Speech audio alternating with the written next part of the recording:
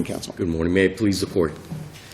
Tom Pila on behalf of the appellants, Luis Nunez and Jacqueline Reyes, who respectfully request that this court reverse the final judgment following a foreclosure trial. Before you get rolling, do you want to reserve some time for rebuttal? Oh, yes, I'm sorry. No problem. I'd like to preserve 3 minutes for rebuttal. 3 minutes, no problem. Thank you.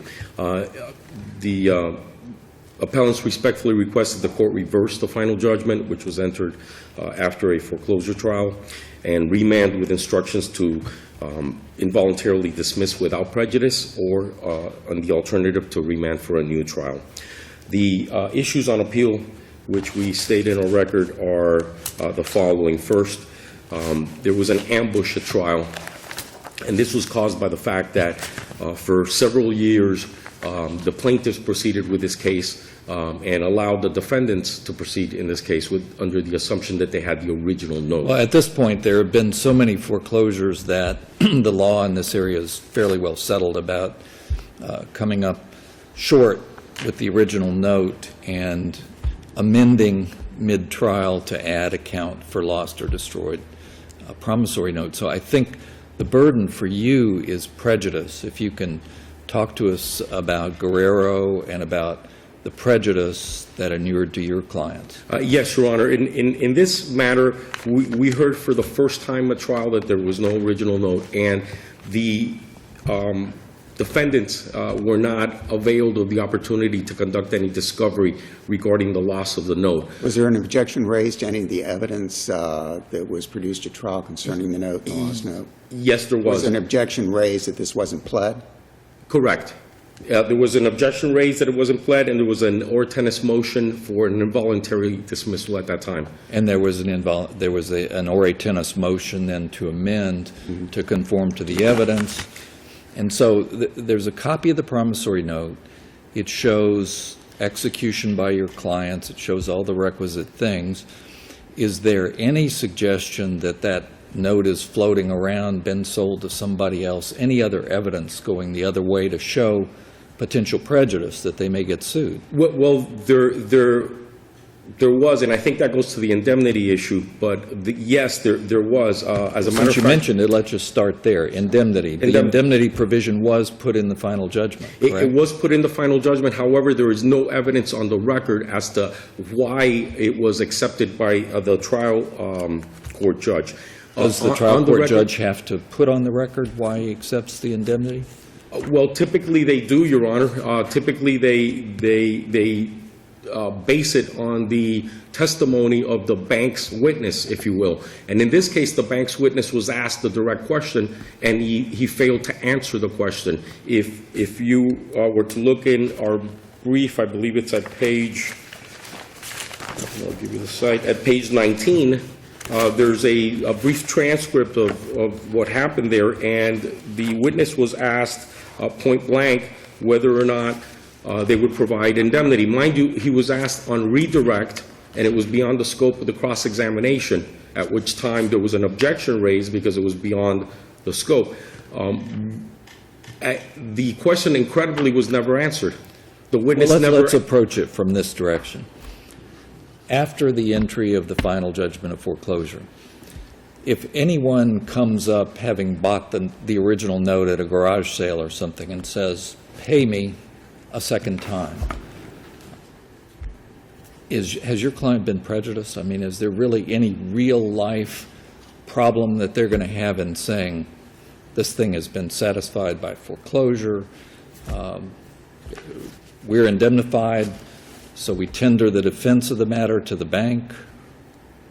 What's the real-life concern to your client, as opposed to years of default and non-payment on the mortgage? Well, concerning the years of non-payment on the mortgage, once the mortgagee accelerates the mortgage, they will not accept payments. So even if they were willing and able to make the payments, they would be rejected.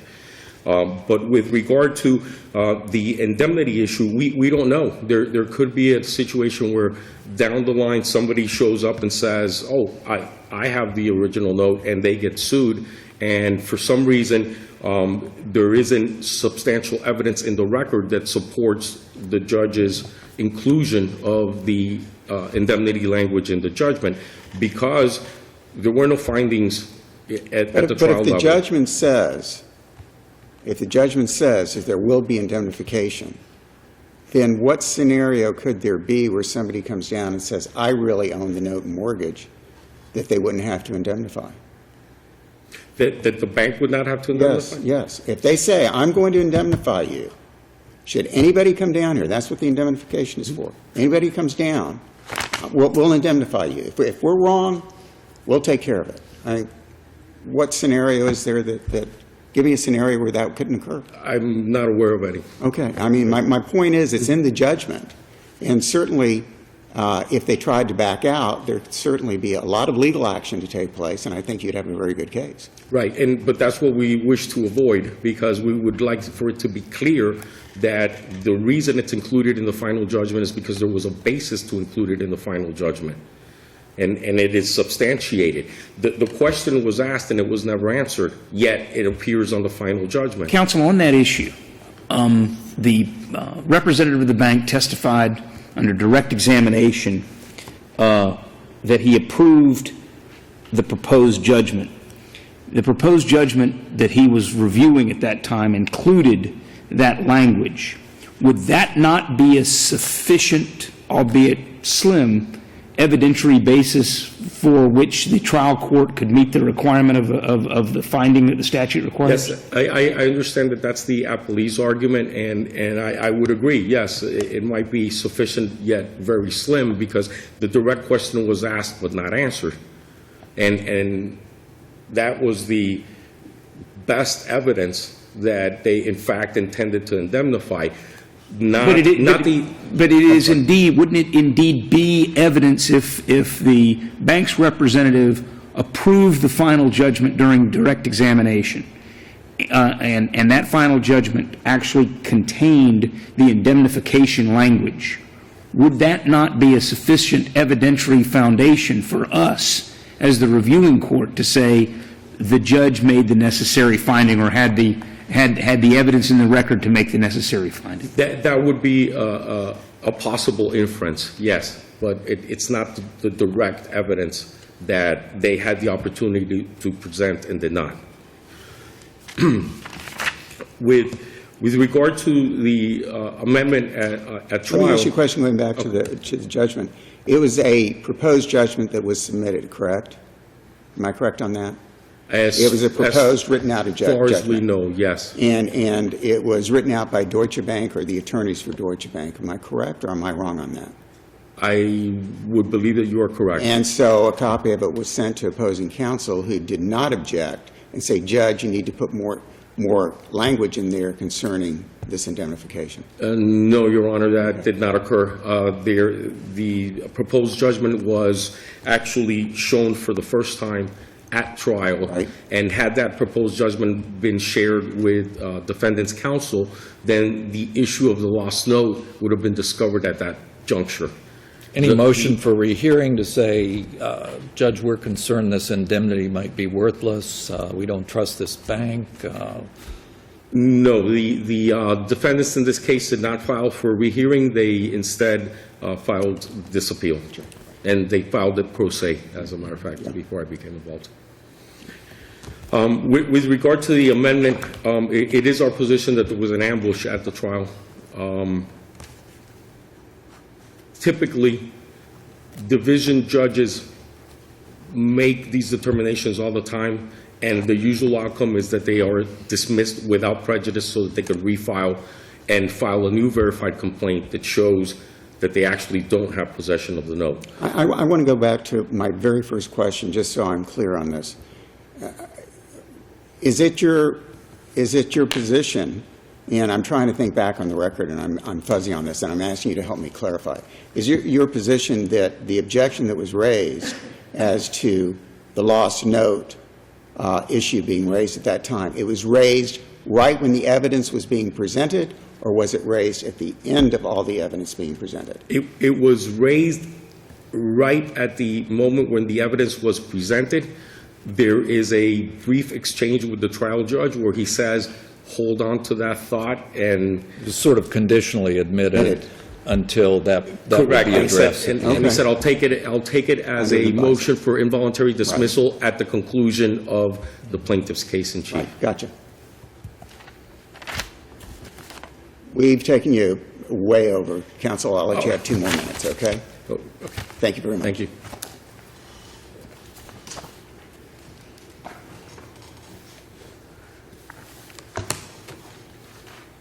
May it please the Court, my name is Nicholas Agnello. With me here today is my colleague John Childs, and we represent the Appellee in this case, Deutsch Bank Trust Company.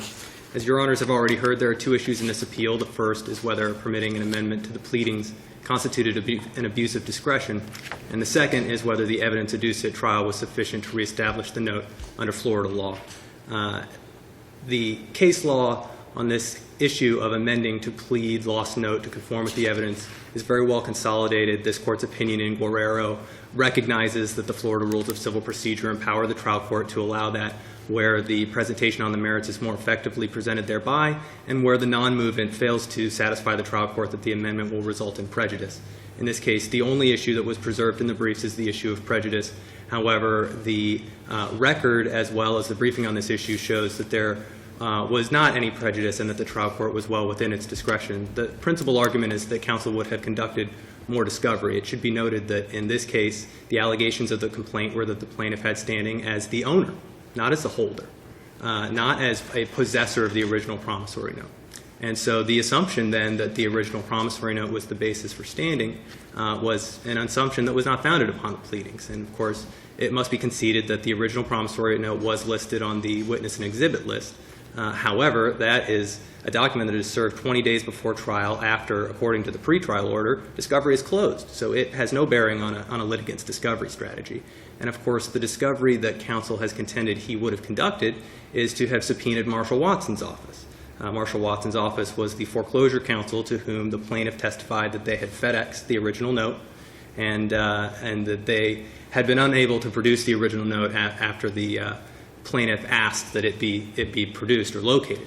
And it must be noted in this case that Marshall Watson was a third party at this point. They had been substituted out of the litigation. And this court has long held, most recently in the Menendez case, that to demonstrate that a note is lost and the relevant issue that he would have been conducting discovery on is whether or not the plaintiff had conducted due diligence in looking for the note. In this case, the testimony was ample for the trial court that due diligence had been conducted and the note couldn't be found. The company witness testified he had inquired of Marshall Watson's office, inquired of his current counsel, Aldridge Connors, to try and find the note. They couldn't find it. He had looked in their own records. They didn't have it, and that Marshall Watson's office had told him, and admittedly that was hearsay, but it came in without objection, that Marshall Watson's office had told him that they'd filed the note. And of course, the record in this case and the court file that the judge took notice of didn't contain a copy of the note. So there was no prejudice in this case because what Marshall Watson's office did was not relevant. It was not relevant to whether or not the plaintiff was entitled to enforce the lost note. And the best thing that it could have possibly turned up is that the original note, which bore a special endorsement to the plaintiff, was in the possession of Marshall Watson's office, at which point it would still be a note that could be reestablished by the plaintiff if Marshall Watson's office was failing to deliver it to the plaintiff in this litigation. The issue that would have been discovered was frankly not material, and of course, if the assumption was that the original note was the basis for standing, that discovery should have been done. The issues that are material, whether you're seeking to prove standing to reestablish a lost note or seeking to prove standing as a holder, are essentially the same. You want to know where the note is, why the plaintiff has the right to enforce it, and the contents of the note. Those are the same material issues. So the failure to conduct discovery in this case is frankly not attributable fairly to the late amendment to the pleadings in this case. And therefore, additionally, it was their burden to demonstrate to the trial judge that they would be prejudiced. And the record is very thin. It is a sum total of a couple brief sentences about I would have subpoenaed Marshall Watson's office. And based on that very limited amount of argument to the trial judge, and based on the utterly indistinguishable facts of this case with the Guerrero case as to why they were any more or less prejudiced than the litigants in the Guerrero opinion, there is simply no basis to find that the trial judge abused its discretion by allowing an amendment to conform with the evidence in this case. Turning to the sufficiency of the evidence in this case, the evidence was ample to support the trial judge's finding. And of course, this court reviewing What it- finding? What finding of the trial court? Where in the record does the trial court say the defendants will be adequately protected? Certainly, Your Honor. At paragraph 9 of the final judgment, it states, lost note, that the court finds that the plaintiff is entitled to enforce the lost note under the Florida statute, and then it states that the plaintiff will indemnify and hold harmless the defendants against future claims on the note. So not only the finding that they were entitled to enforce the note under the Florida statute would encompass all the elements, but of course the express provision providing for indemnification and hold harmless is the distinguishing feature of this case from the portion of the Guerrero opinion which found it material where the witness admitted that he didn't know what the word indemnify meant, and so the court said, well, there's just been no evidence then that you will do so. And I will be the first to concede that if this was to be tried solely based if we have the hypothetical where this language is not in the judgment, it's a clear application of the Guerrero opinion to reverse. But that language in the judgment makes all the difference. Is there substantial competent evidence in the record that would support that finding? And if so, what is that substantial competent evidence? Certainly. There are two arguments on that point. The first is that if the way the lost note statute is structured, the elements of proof are, in fact, not adequate protection. It's just that the trial court has to find adequate protection, so there need not be evidence of it if the judgment itself provides that adequate protection. And, of course, there was, however, record evidence in this case. And Your Honor has alluded in your questioning to frankly all of it, which is the judgment was prepared by plaintiff's counsel. It was submitted to the witness. The witness approved the judgment containing that provision.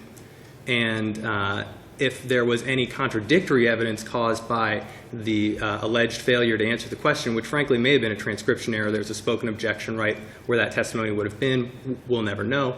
But if that was, that evidence is not an absence of evidence, it would be competing evidence because it was in the judgment, prepared by the plaintiff, reviewed by the witness, and approved in its form.